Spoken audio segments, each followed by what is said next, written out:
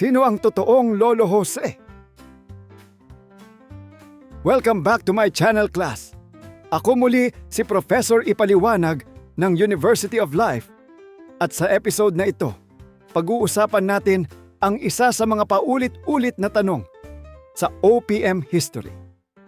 Para kanino nga ba ang kantang Lolo Jose ni Coritha? Sino ang Lolo Jose na matanda na? Ang Lolo Jose na mahal niya pa kahit laos na. Ang Lolo Jose na naging parte ng ating mga buhay kahit hindi naman natin direktang nakasalamuha. Kilalanin dito sa The Taglish Explainer. Ang topic na ito ay mula kay Bukid Boy 68. Salamat sa suggestion mo. At sa mga estudyante ko sa Bicol, salamat sa pag-attend sa klase ko. Noong panahong siya'y hari. Kung lumaki kayo noong 70s o 80s, malamang narinig na ninyo na ang kantang ito. Tahimik, malalim, at medyo nakakaiyak. Pero kapag pinakinggan mo ng mabuti, mapapansin mong hindi lang ito tungkol sa isang matanda. Ang kantang Lolo Jose ay tungkol sa isang lalaking dati makapangyarihan, respetado, at hinahangaan ng lahat. Sabi nga sa lyrics, dati raw siyang parang hari, mahusay magsalita, matikas maglakad, at tinitingala ng mga tao. Pero paglipas ng panahon, tumanda siya, nanghina, at parang nakalimutan na ng mundo. Ngunit ngayong siya'y pagod na. At doon nagsisimula ang malaking tanong. Sino ba si Lolo Jose? Ayon sa maraming kwento sa OPM history, ang inspirasyon ng kantang ito ay ang dating Senate President na si Jose Avellino na lolo ni Coritha. Si Avellino ay isang dating makapangyarihang politiko. Siya ay naging miyembro ng House of Representatives at senador noong panahon ng mga Amerikano, kalihim sa iba't ibang kagawaran noong panahon ng Commonwealth. At muling naging senador pagkatapos ng World War II. Naging Senate President din siya. Ibig sabihin, isa siya sa pinakamataas na opisyal ng gobyerno noong panahong iyon. Hari nga talaga kung titingnan. Isa rin siya sa mga nagtatag ng Liberal Party na pangalawa sa pinakamatandang partido ngayon sa Pilipinas. Pero alam nyo naman ang politika sa Pilipinas, parang teleserye na walang katapusan. Si Avellino ay naging kontrobersyal dahil sa isang sikat na quote na sinabi niya, "What are we in power for?"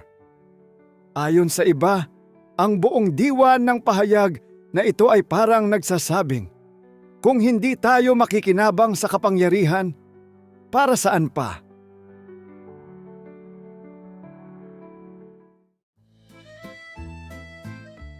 Hanggang ngayon, pinagtatalunan pa rin kung ano ang totoong kahulugan ng pahayag na iyan. Dahil sa kontrobersyang iyon, bumaba ang reputasyon ni Avellino sa publiko. Tumakbo siyang pangulo laban kay Pangulong Elpidio Quirino at dating Pangulong Jose P. Laurel, pero hindi pinalad. Gayunman, tinapos niya ang natitira niyang termino sa Senado.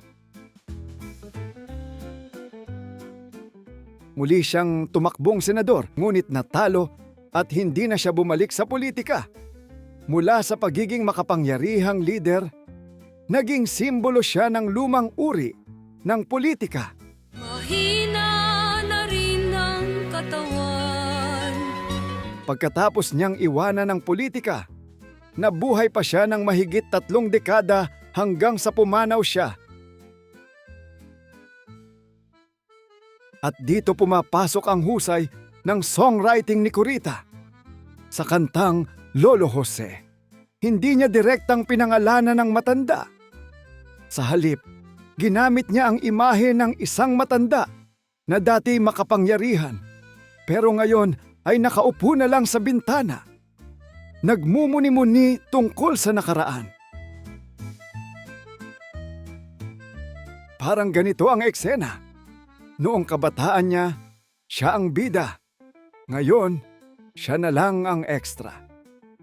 Medyo masakit pakinggan, di ba? Kahit sulyap walang maaasahan. Sa lyrics ng kanta, makikita ang kontrast ng nakaraan at kasalukuyan. Dati raw siyang matikas, matalino, at pinapakinggan ng lahat. Pero ngayon, mag-isa na lang siya, umaasa sa alaala ng nakaraan.